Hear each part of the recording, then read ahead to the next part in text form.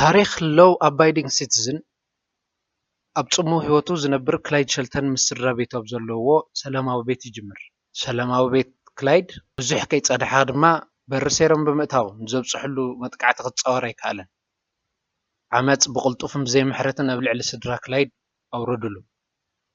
ክላይድ ድማ ብዝበጽሖ መውቃዕቲ ርእሱ ደንዚዙን ተጐዲኡን ተደናጊጹ ሓይሉ ስኢኑ ንበዓልቲ ቤቱን ጓሉን ብጭካን ክቕተላ ብቅድሚ ዓይኑ ክርኢ ተገደ።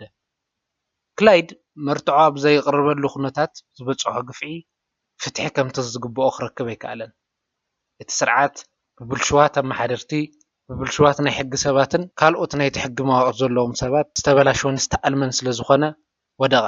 ፈራዲ ኒክራይስ ምስ ክላይድ ጥብቅና እንተቖመ ኣብቲ ዝተበላሸወ ሲስተም ግን ምንም ክገብር ኣይከኣለን። ኣካል እቲ ስምምዕ ብምዃን ነቶም ቀተልቲ ነፃ ገደዶም። እዚ ብዓይኑ ዝረአየ ክላይድ ምንም ክገብር ግን ኣይከኣለን። ዓመታት ይሓልፉ። ጽልእን ሕነ ምፍዳይን ክላይድ ግን ግዚኡ ሓልዩ መጸ።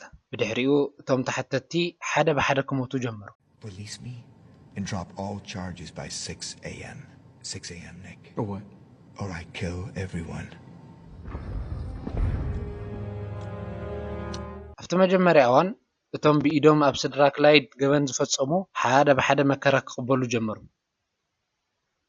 ሞቶም ብጣዕሚ ብዘስካሕክሕን ብዕላማ ዝተገበረ ምዃኑ የፍልጥ። እቲ ራዕዲ ግን ብኡ ኣይቋረጸን። ዳያኑ ጠበቓታት መኮንናት ፖሊስ ኣብቲ ዝፈረሰ ስርዓት ግደ ዝነበሮም ኩሎም ናብ መርበብ ፍርዲ ክላይድ ወደቑ።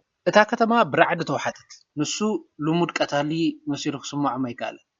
ንሱ ብኣእምሮ መናፍስቲ ዝሰርሕ ኣብ ጽላሎት ዝወርድ ዓይነት ስካዕ ዝመስሎም ኣብ ስምባድን ናብ ራዕዲ ነእተዎ። ኩሉ ሳዕ 10 ስጉምታት ቅድሚኦም እንዳኸደ ሓደ ብሓደ ከኣርዮም ጀመረ።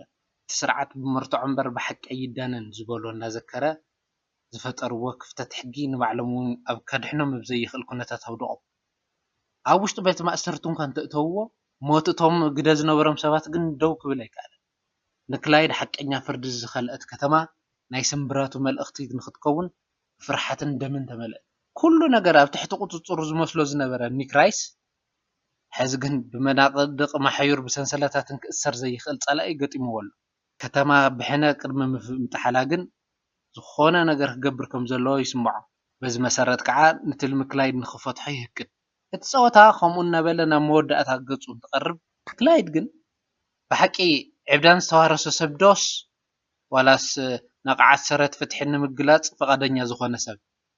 ሎው ኣባይዲንግ ሲቲዝን ታሪክ ጽልኢ ጥራይ ኣይኮነን። ኣብ መንጎ ስነ ምግባርን ሕግን፣ ኣብ መንጎ ጽድቅን ጭካንን፣ ኣብ መንጎ እቲ ኩሉ ዝሰኣነ ሰብን ብኣንጻሩ ንዕኡ ንኽሕዙ ደው ዝበሉ ሰባትን ዝግበር ውግእ እዩ። ኣብ መወዳእታ ፍትሒ ክዕወት ይኽእል እዩ፣ ግን ናይ ብሓቂ ህልውነት ሓቅን ከይሓተትካ ግን ኣይኸውንን።